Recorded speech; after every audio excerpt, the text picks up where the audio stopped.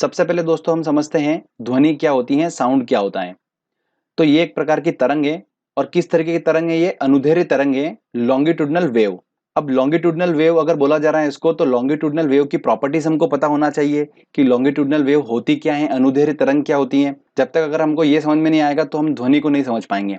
तो चलिए मैं आपको सबसे पहले एक कंसेप्ट क्लियर करता हूं कि अनुदैर्ध्य तरंग लॉन्गिट्यूडनल वेव क्या होता है। तो चलिए अपन समझते हैं।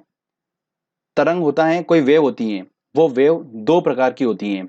एक होती हैं मैकेनिकल वेव और एक होती हैं नॉन मैकेनिकल वेव, मतलब यांत्रिक तरंगे और अयांत्रिक तरंगे। अब इन दोनों में डिफरेंस क्या है? डिफरेंस ये है कि मैकेनिकल वेव वो वेव होती हैं जिनको माध्यम की रिक्वायरमेंट होती है, उनको संचरण करने के लिए, चलने के लिए माध्यम की जरूरत होती है।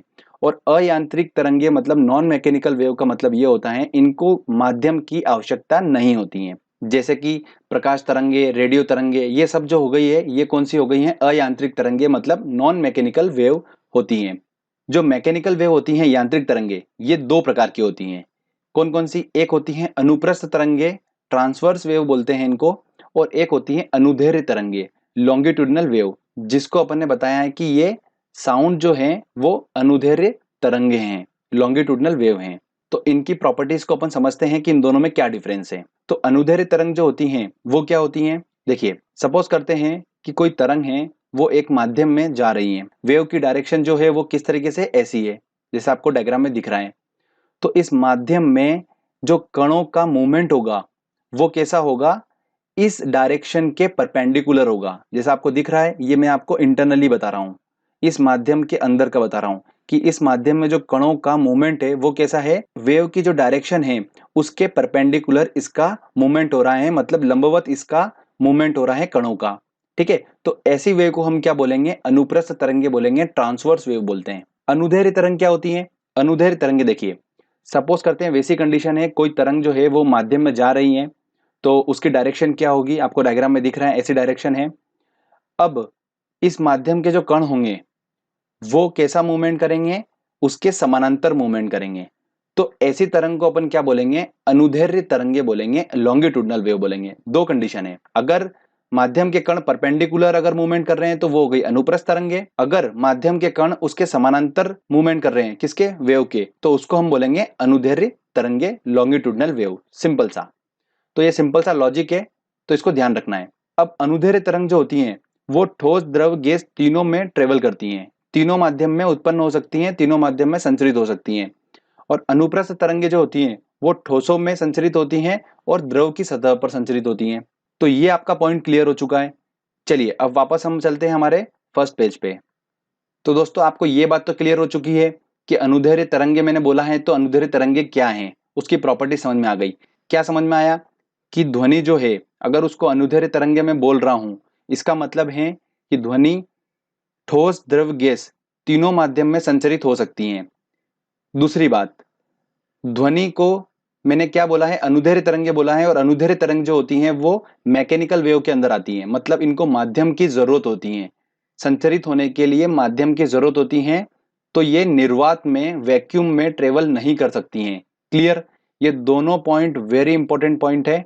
अगर ये कंसेप्ट आपके धीरे धीरे क्लियर होते जाएंगे तो ही आप एग्जाम में आंसर सही टिक कर पाएंगे। ठीक है, फिजिक्स ऐसा टॉपिक है, अगर हम सोचेंगे इसको कि याद कर लें या कुछ, तो बिल्कुल भी आप ऐसा मत सोचिए, क्योंकि कुछ टाइम बाद आप भूल जाने वाले हैं। तो अगर जब तक आप अपना कंसेप्ट क्लियर नहीं करेंगे तब तक आप इसका आंसर बिल्कुल सही टिक नहीं कर पाएंगे। तो कंसेप्ट क्लियर हो चुका आपका। चलिए आगे बढ़ते हैं हम। अब बात आती है कि ध्वनि की उत्पत्ति कैसे होती है। तो सिंपल ही है, वस्तुओं में कंपन होता है, उसी से क्या होती है? ध्वनि की उत्पत्ति होती है। आगे एक इंपॉर्टेंट पॉइंट जो मैं आपको बता चुका हूं कि ध्वनि जो है वो माध्यम में गमन करती हैं लेकिन निर्वात में गमन नहीं करती हैं, क्योंकि ये यांत्रिक तरंग के अंदर आती हैं, मैकेनिकल वेव के अंदर आती हैं। अब दोस्तों हम बात करते हैं आवृत्ति, मतलब फ्रीक्वेंसी के आधार पर तरंगों को तीन भागों में बांटा गया है। फ्रीक्वेंसी क्या होती है सबसे पहले आपको बता देता हूं मैं, जिनको नहीं पता है। किसी भी माध्यम में जो कण है अगर वो कंपन कर रहा है तो प्रति सेकंड वो कितना कंपन कर रहा है, वो उसका हो गया फ्रीक्वेंसी। ठीक है, तो आवृत्ति के आधार पर तरंगों को तीन भागों में बांटा है। सबसे पहले आपको जैसे दिख रहा है यहाँ पर कि एक ये तरंग है, ये एक वेव है, जिसकी आवृत्ति क्या है, जिसकी फ्रीक्वेंसी क्या है, 0 हर्ट्ज से लेकर 20 हर्ट्ज तक की है। सेकेंड वेव है, इस वेव की आवृत्ति क्या है, फ्रीक्वेंसी क्या है, 20 हर्ट्ज से 20,000 हर्ट्ज के बीच में है। और तीसरी जो तरंग है उसकी आवृत्ति दे रखी है 20,000 हर्ट्ज से लेकर उसके ऊपर तक की। तो दोस्तों अब ध्यान से सुनिए, कोई इंसान वही तरंग को सुन सकता है जिसकी आवृत्ति 20 हर्ट्ज से 20,000 हर्ट्ज तक होती है। तो ऐसी कौन सी आवृत्ति है जो सेंटर वाली आपको दिख रही है, इन्हीं तरंग को मनुष्य सुन सकता है, मनुष्य के कान सुन सकते हैं। इसके अलावा जो 0 हर्ट्ज से लेकर 20 हर्ट्ज तक है वो मनुष्य के कान नहीं सुन सकते हैं। 20,000 हर्ट्ज से ऊपर तक की जो ध्वनि की आवृत्ति है वो भी इंसान नहीं सुन सकते हैं। तो ये बात क्लियर हो चुकी है। अब 0 हर्ट्ज से लेकर 20,000 हर्ट्ज तक की जो वेव होती हैं, इन वेव को क्या बोला जाता है, इंफ्रासोनिक वेव बोला जाता है। क्या बोला जाता है, इंफ्रासोनिक वेव, मतलब अश्रव्य तरंग बोला जाता है।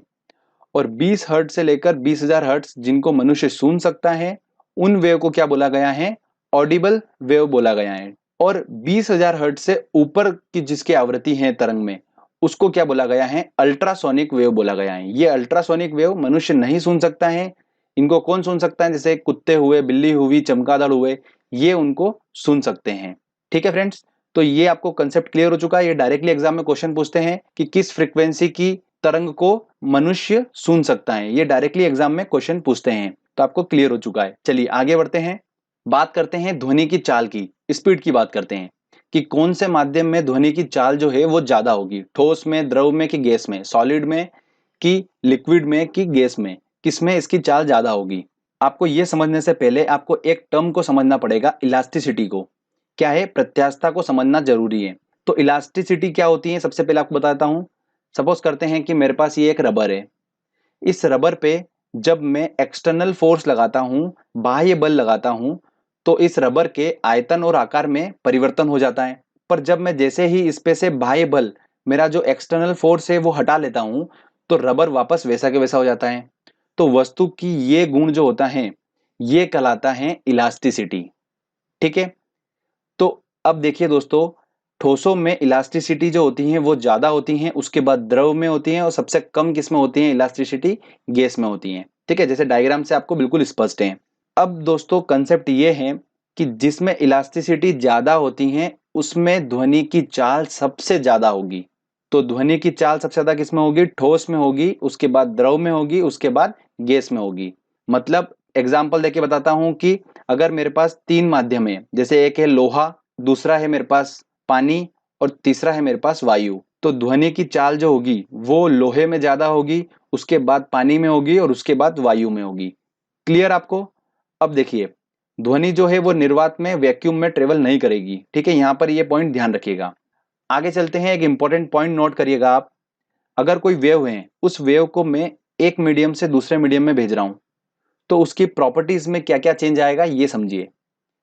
तो मान लेते हैं एक माध्यम है, दूसरा माध्यम है, पहला वाला ठोस समझ लीजिए आप, सेकंड वाला आप समझ लीजिए गैस। तो एक माध्यम से दूसरे माध्यम में अगर वेव जा रही है तो उसकी फ्रीक्वेंसी, आवृत्ति में कोई भी परिवर्तन नहीं होगा। ठीक है, ये ध्यान रखिएगा, वेरी इंपॉर्टेंट पॉइंट है। सेकंड बात, इनकी तरंगदैर्घ्य बदल जाती है।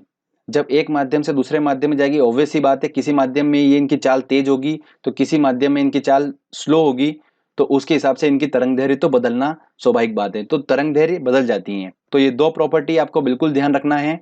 आगे हम बात करते हैं अब ध्वनि की चाल पर भौतिक राशियों, दाब और ताप का प्रभाव, प्रेशर और टेम्परेचर का क्या इफेक्ट पड़ता है ध्वनि की चाल पर। तो देखते हैं, चलिए पहला लेते हैं हम प्रेशर को। समान ताप पर गैसों में ध्वनि की अगर चाल की बात करें, तो अगर हम दाब को बढ़ाएंगे तो ध्वनि की चाल पर कोई भी प्रभाव नहीं पड़ेगा, नो चेंज। ध्यान रखिएगा, वेरी इंपॉर्टेंट है। सेकेंड बात लेते हैं अपन ताप की। माध्यम का अगर मैं टेम्परेचर बढ़ाऊंगा तो ध्वनि की चाल भी बढ़ेगी। ठीक है, माध्यम का टेम्परेचर अगर मैं बढ़ा रहा हूं, ताप अगर बढ़ा रहा हूं, तो ध्वनि की चाल भी क्या होगा, बढ़ेगी, साउंड की स्पीड भी बढ़ जाएगी। तो ये दोनों प्रॉपर्टी आपको बहुत अच्छे से याद रखना है, पूछी जाती है एग्जाम में। अब हम बात करते हैं ध्वनि के लक्षण, जो कि क्या है। पहला आता है तीव्रता, मतलब इंटेंसिटी। इंटेंसिटी का मतलब यह है कि ध्वनि का तीव्र सुनाई देना। और ये तीव्रता जो होती है ध्वनि की, ये कैसे मापी जाती है, इसका मात्रक क्या है, इकाई क्या है इसकी, वो है इसका डेसिबल। मतलब इसकी तीव्रता, किसी भी ध्वनि की तीव्रता कैसे मापी जाती है, डेसिबल में नापी जाती है। तो ये पॉइंट एग्जाम में पूछा जा रहा है आजकल, तो आप इसको नोट डाउन करिए। सेकेंड हम बात करते हैं पिच की, तारत्व की बात करते हैं। तो तारत्व होता क्या है? ये होता है ध्वनि का मोटा या तीक्ष्ण होना। सबसे पहले हमने बात करी तीव्रता, इंटेंसिटी, मतलब कितनी तीव्र है, तीव्र मतलब फास्ट है कितनी। और सेकंड हम बात कर रहे हैं पिच की, मतलब कितनी मोटी है और कितनी तीखी है, तीक्ष्ण है बिल्कुल।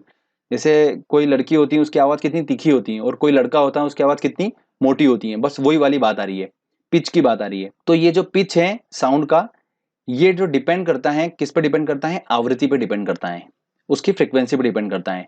तो तारत्व ध्वनि की आवृत्ति पर निर्भर करता है। आवृत्ति ज्यादा मतलब ध्वनि का तारत्व जो होगा वो ज्यादा होगा। इसका एग्जाम्पल आपको बताता हूं मैं। जैसे कि लड़की और जो छोटे बच्चे होते हैं उनका तारत्व जो होता है ध्वनि का वो ज्यादा होता है, इसलिए उनकी आवाज जो होती है वो तीखी हमको सुनाई देती है। और जो मेल लोग होते हैं, ठीक है, लड़के लोग होते हैं, उनके ध्वनि का जो तारत्व होता है वो क्या होता है? कम होता है। इस वजह से उनकी आवाज जो होती है वो थोड़ी सी मोटी होती है। ठीक है फ्रेंड्स। अब आगे मैं आपको बताता हूं एक डापलर प्रभाव, डापलर इफेक्ट पूछा जाता है। तो ये क्या होता है? बहुत सिंपल सा है, आपको एक बार बताऊंगा आपको याद हो जाएगा। श्रोता और स्रोत के बीच अपेक्षित गति है तो आवृत्ति बदलती प्रतीत होगी। देखिए सिंपल लैंग्वेज में बताता हूं आपको मैं। अगर कोई सोर्स है, स्रोत मतलब सोर्स ही बोला गया है, कोई सोर्स है और कोई श्रोता है मतलब कोई लिसनर है, ठीक है।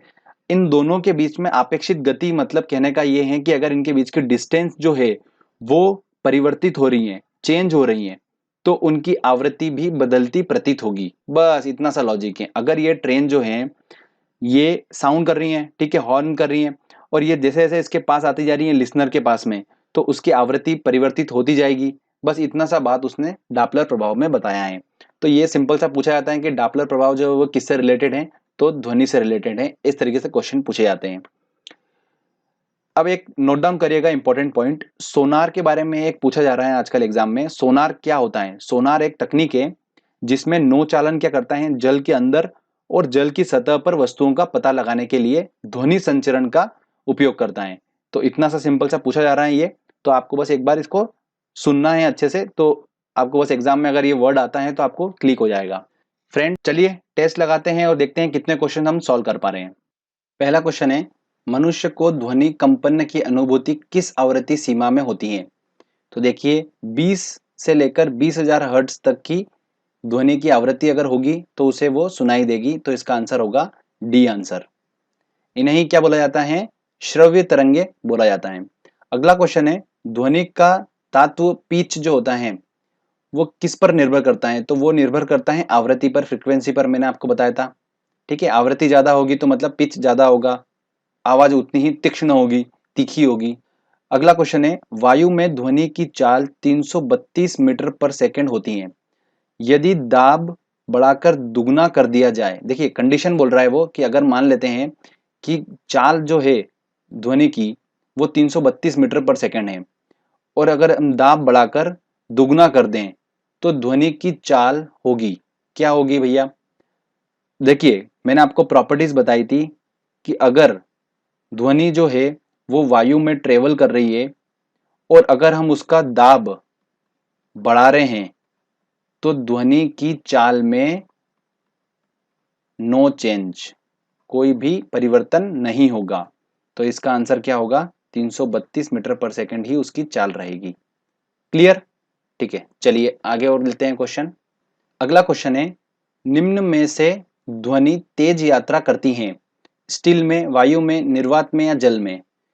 तो हमें पता है कि ध्वनि जो होती है वो सबसे तेज ट्रेवल करती हैं ठोस में, उसके बाद द्रव में, उसके बाद गैस में। तो देखिए ठोस में सबसे तेज करेगी मतलब स्टील, तो इसका आंसर क्या होगा? ए आंसर होगा। अगला क्वेश्चन है, ध्वनि की तीव्रता मापने की इकाई है। तो दोस्तों ध्वनि की तीव्रता किस में मापी जाती है? डेसिबल में नापी जाती है। इसका आंसर होगा ए आंसर।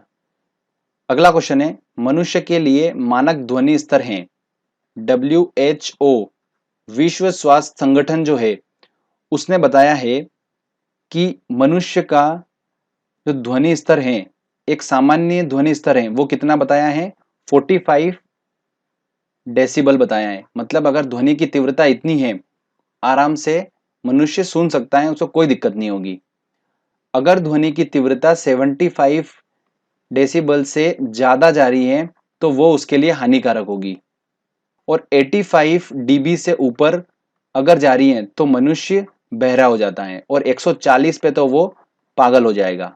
तो ये विश्व स्वास्थ्य संगठन ने इसके बारे में बताया है।